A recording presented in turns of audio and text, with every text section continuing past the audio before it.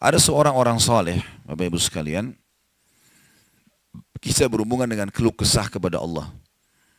Orang miskin, anaknya 4 5 orang, susah hidupnya. Kisah dulu, kisah klasik. Dia lagi duduk, istrinya hidangkan makan, makan pas-pasan antara dia, istri sama anak-anaknya 5 ini.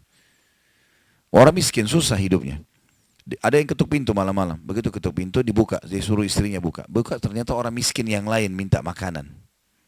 Orang miskin yang lain minta makanan. Maka istrinya lihat ke suaminya. Apa perintahnya nih? Suaminya bilang, kasih aja. Semuanya dikasih. Karena kalau dibagi dua nggak cukup. Orang miskin tuh bawa anaknya banyak. Nggak cukup makanan. Lalu kemudian istrinya sama suaminya, suami istri orang beriman kepada Allah, tahu. Ya sudah, sabar. Tapi subhanallah, beberapa saat kemudian, kalau kita beberapa jam kemudian lah, menjelang malam hari, lebih gelap ya, sudah mulai masuk pertengahan malam, jam 12 malam. Mereka kelaparan semua. Istrinya bilang, anak-anaknya nangis, saya lapar, kamu juga lapar, anak-anak lapar, bagaimana? Kata suaminya, tenanglah, saya akan coba cari jalan keluar, minta kepada Allah. Istrinya nggak paham suaminya mau kemana. Dia pakai bajunya, baju keluar, kemudian dia keluar, pergi ke masjid dekat rumahnya. Malam hari, jam 2 malam gitu. Dia keluar, dia masuk di masjid, lalu dia sholat tahajud. Dan ini sifat orang beriman. Berkeluh kesah sama Allah itu jangan cuma hal yang besar, dari hal yang kecil. Manja sama Allah itu baik. Ngeluh terus, minta terus sama Allah. Allah suka hambanya yang tamak dengan rahmat Allah. Tamak dengan rahmat Allah. Sudah sehat, minta ditambah kesehatan. Sudah kaya, minta ditambah kekayaan. Selalu minta tamak dengan rahmat Allah. Dan sudah pernah saya bilang, meminta sesuatu agar nikmat ditambah atau bertahan, itu adalah pahala lebih besar daripada kalau cobaan sudah datang, baru kita minta diangkat cobaan tersebut. Kita sehat, minta agar Allah pertahankan kesehatan. Itu lebih besar pahalanya dibandingkan nanti sakit, baru minta disembuhkan. Jadi tamak dengan rahmat Allah itu penting. Kalau bahasa saya sebenarnya bermanja-manja sama Allah. Selalu ya Allah bantu, ya Allah tolong, ya Allah mudahkan, ya Allah terus hidupnya. Kalimatnya selalu begitu.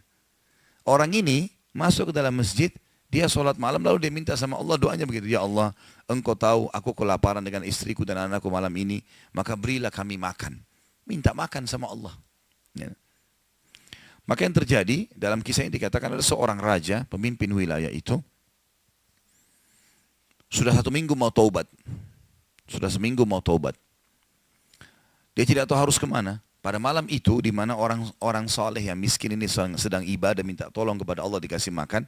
Raja ini gelisah, dia keluar lalu dia bawa 1 kantong uang emasnya.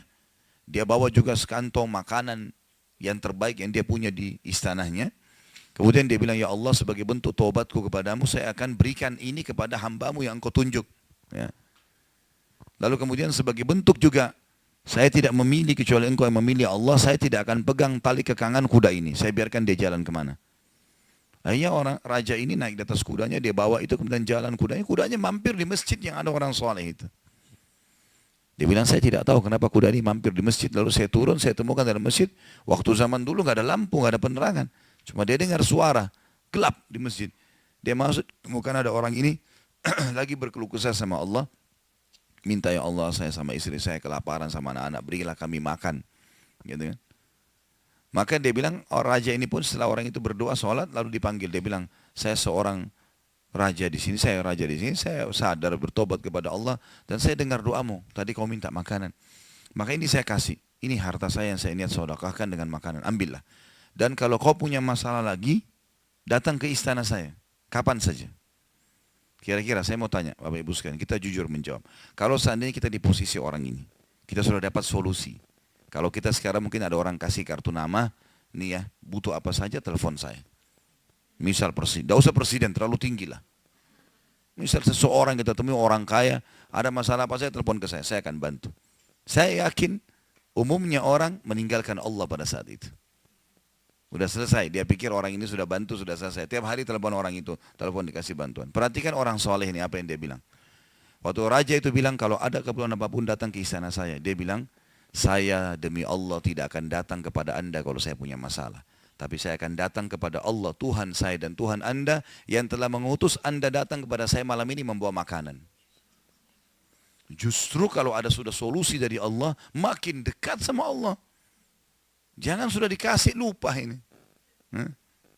Ini poin penting bagaimana kita jaga berkeluh kesah kepada Allah. Jadi jangan berpikir Bapak Ibu sekalian, masa sih saya bisa sembuh hanya karena saya sujud? Masa sih saya bisa mendapatkan keturunan hanya karena saya sujud? Ini kesalahan ini. Justru harus kita fahami kalau itu bisa. Dan Allah punya cara. Setiap jawaban Allah kalau datang, itu sesuai dengan sistem atau sunnatullah yang telah Allah ciptakan di alam kita ini. Misal saya berkeluh kesah, ya Allah sendal saya putus, gantikanlah. Sahabat begitu ya. Para sahabat Nabi itu kalau sendalnya putus, ya Allah sendal saya putus, gantikanlah. Allah nggak lemparin sendal dari langit. Nggak mungkin. Tapi apa yang terjadi? Allah gerakkan sesuai dengan sistem yang ada. Allah buat ada orang lain melihat kita kesian dikasih sendal. Atau dia dapat duit dia bisa beli sendal. Jawabannya Allah begitu. Dalam bentuk sinyal datangnya. Jadi harus peka menangkap itu.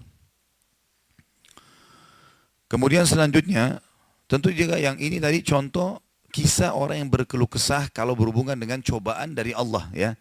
Dia tidak keluh kesah kecuali kepada Allah. Sekarang kita masuk ke contoh kalau cobaan dari manusia.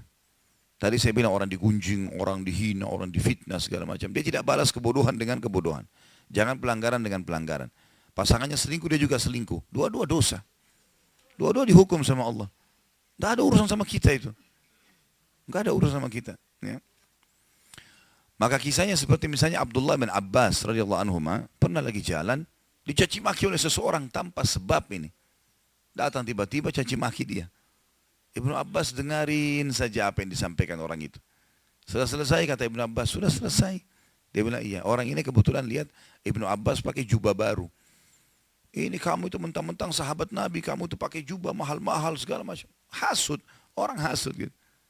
Tiba-tiba bayangin kalau kita lagi naik di mobil orang ketuk kaca. Kamu kenapa pakai mobil baru? Kamu kenapa? Apa urusannya sama orang ini? Gitu? Mungkin kita marah-marah sama orang ini. Ibnu Abbas diam, didengarin semua sudah selesai. Karena tidak mungkin tergerak orang ini mengucapkan sesuatu kecuali memang ada sebabnya. Dia biarin, sudah selesai kamu sudah. Baik, dibuka jubahnya, ini ambil hadiah buat kamu. Sampai orang itu malu. Sudah caci maki dikasih hadiah lagi. Dan yang dia sorotin ini adalah jubahnya Ibnu Abbas. Sampai akhirnya menjadi muridnya Ibnu Abbas. Nah, bisa nggak kira-kira kalau orang ketuk kaca mobil, kenapa pakai mobil baru? Ambil deh mobilnya.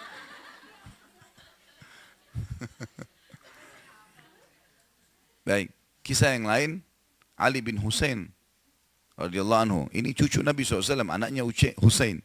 Ya, radhiyallahu anhu ajma'in. Terkenal dengan Zainal Abidin, masyhur dengan kesalihannya. Dia pernah jalan dicaci maki oleh orang. Tanpa sebab ini. Mentang-mentang kau turunan Nabi, mentang-mentang kau begini, mentang-mentang kau begini, dicaci maki. Dia diam saja. Dia nggak bicara banyak. Didengarin. Orang-orang sekitarnya sudah marah nih. Tapi karena dia diam, orang diam semuanya.